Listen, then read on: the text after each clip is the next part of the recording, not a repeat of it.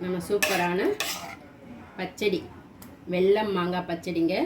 இந்த ஒரு டிஷ்ஷு இருந்தால் போதும் உங்களுக்கு. சைட் டிஷ்ஷு எதுக்கு வேணாலும் நம்ம தொட்டுக்கலாங்க.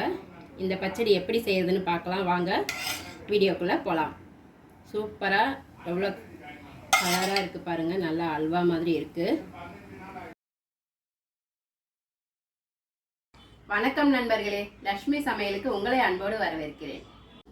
நம்ம வீடியோ இதுதான் ஃபர்ஸ்ட் டைமாக பார்க்குறீங்கன்னா சப்ஸ்கிரைப் பண்ணிக்கோங்க, பெல் பட்டனை கிளிக் பண்ணிக்கோங்க, கீழே தெரியிற ஐ பட்டனையும் ப்ரெஸ் பண்ணிக்கோங்க. அப்போ தான் நான் போடுற வீடியோலாம் உங்களுக்கு உடனே வரும். வாங்க வீடியோக்குள்ளே போகலாம்.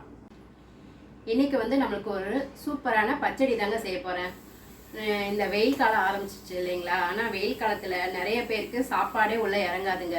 ஆனால் இந்த ஒரு பச்சடி செஞ்சு வச்சுக்கிட்டிங்கன்னா போதுங்க, நீங்கள் எவ்வளோ சாப்பாடு வேணாலும் சாப்பிட்லாம், அந்த அளவுக்கு டேஸ்ட்டாக இருக்கும். நான் வெல்லம் மாங்காய் பச்சடி தாங்க செய்ய போகிறேன். அது ரொம்ப டேஸ்ட்டாக இருக்கும். அது எப்படி செய்யுதுன்னு பார்க்கலாம் வாங்க. நான் இந்த ஒரு மாங்காய் எடுத்துருக்கேன், கட் பண்ணிக்கலாம். பாருங்கள், நான் மாங்காய் பச்சடிக்கு இந்த மாதிரி நான் ஸ்கொயராக கட் பண்ணியிருக்கேங்க. நம்மளுடைய இஷ்டம் தான், தோல் சீவிட்டும் போடலாம், தோல் சீவாமலும் போடலாம். ஆனால் தோலோடு போட்டால் உங்களுக்கு சாப்பிட்றதுக்கு நல்லா டேஸ்ட்டாக இருக்கும். இது எனக்கு பார்த்தீங்கன்னா கிராம் பார்த்தீங்கன்னா 250 கிராம் ஆகுது. வாங்க இதை எப்படி செய்கிறதுன்னு பார்க்கலாம். ஸ்டவ் பற்ற வச்சு இந்த மாதிரி ஒரு பேன் போட்டிருக்கேங்க. பேன் சூடானது ஒரு 2 ஸ்பூன் எண்ணெய் ஊற்றிக்கிறேங்க. கொஞ்சமாக கடுகு போட்டுக்கலாம்.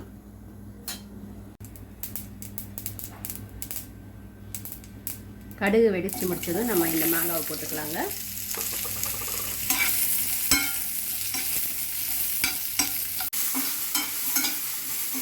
இது கொஞ்சம் போல் இதில் வதங்கினதும் நம்ம இதில் கொஞ்சமாக தண்ணி ஊற்றி வேக வச்சுக்கலாங்க.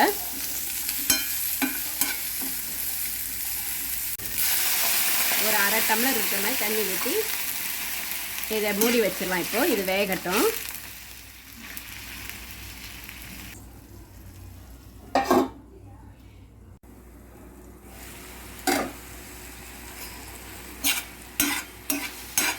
நம்மளுக்கு கொஞ்சம் வெந்துட்டு வந்துச்சு. இந்த சமயத்தில் நம்ம கொஞ்சம் உப்பு இதெல்லாம் போட்டுக்கலாம். உப்பு இதுக்கு தேவையான அளவு கொஞ்சம் போட்டுக்கிறேன். மஞ்சத்தூள் கொஞ்சம் போட்டுக்கிறேன். தனி மிளகாய்த்தூள் நான் ஒரு 2 ஸ்பூன் போட்டுக்கிறேன். இதெல்லாம் போட்டு நல்லா கலந்துட்டு இன்னும் கொஞ்சம் போல் தண்ணி ஊற்றலாங்க. இன்னும் கொஞ்சம் வேகணும்.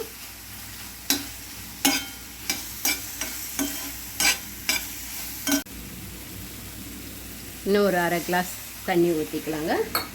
தண்ணி ஊற்றி நல்லா கலந்து விட்டுட்டு மறுபடியும் மூடி வச்சிடலாம்.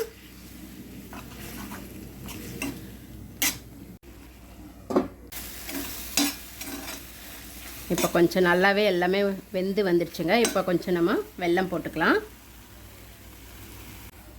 நான் வெல்லம் ஒரு 75 கிராம் எடுத்து வச்சுருக்கேங்க, அதை போட்டுக்கிறேன்.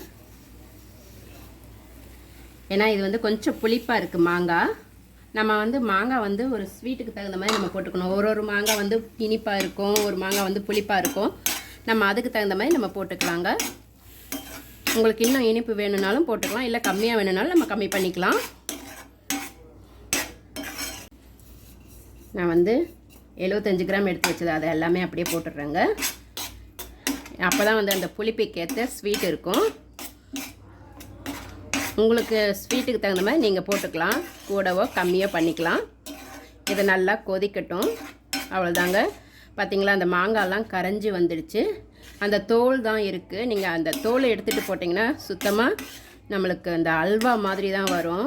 இதுன்னா நம்மளுக்கு இந்த சாப்பிட்றதுக்கு அந்த தோல் சாப்பிட்றதுக்கு நல்லாயிருக்கும். அதனால தான் நான் கொஞ்சம் தோலாக போட்டுக்கிறேன். நம்மளுடைய இஷ்டம் தான், நம்ம நீட்டாக கூட போடலாம், தோல் எடுத்துட்டும் போடலாம். நீங்கள் இந்த ஒரு பச்சடியை செஞ்சு வச்சுக்கிட்டீங்கன்னு வச்சுக்கோங்களேன், ரசம் சாதம், சாம்பார் சாதம், தயிர் சாதம் எல்லாத்துக்குமே ரொம்ப நல்லாயிருக்குங்க.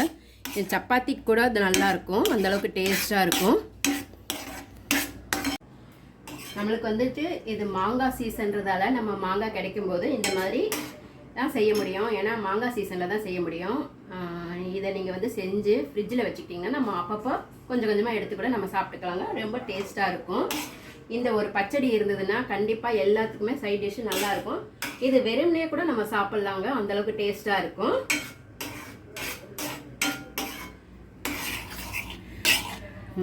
அவ்வளோதாங்க, நம்மளுக்கு மாங்காய் பச்சடி ரெடி ஆயிடுச்சு. வெல்லம் மாங்காய் பச்சடி.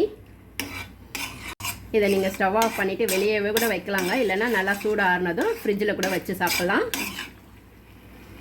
ரொம்ப சூப்பராக இருக்குங்க. நீங்களும் உங்கள் வீட்டில் ட்ரை பண்ணி பாருங்கள். எப்படி இருந்ததுன்னு கமெண்ட்டில் சொல்லுங்கள். சூப்பரான வெல்லம் மாங்காய் பச்சடி ரெடி ஆயிடுச்சுங்க. நீங்களும் உங்கள் வீட்டில் ட்ரை பண்ணி பாருங்கள். எப்படி இருந்ததுன்னு கமெண்ட்டில் சொல்லுங்கள். நம்மளுக்கு வந்துட்டு அந்தந்த சீசனுக்கு தகுந்த மாதிரி நம்ம எல்லாமே யூஸ் பண்ணிக்கணுங்க. நம்மளுக்கு இந்த மாங்காய் சீசன்றதால இதை அடிக்கடிக்கு செஞ்சு சாப்பிட்லாங்க. ரொம்ப நல்லாயிருக்கும். அடுத்த வீடியோவில் வேறு ஒரு டிஷ்ஷோட சந்திக்கிறேன். நன்றி, வணக்கம்.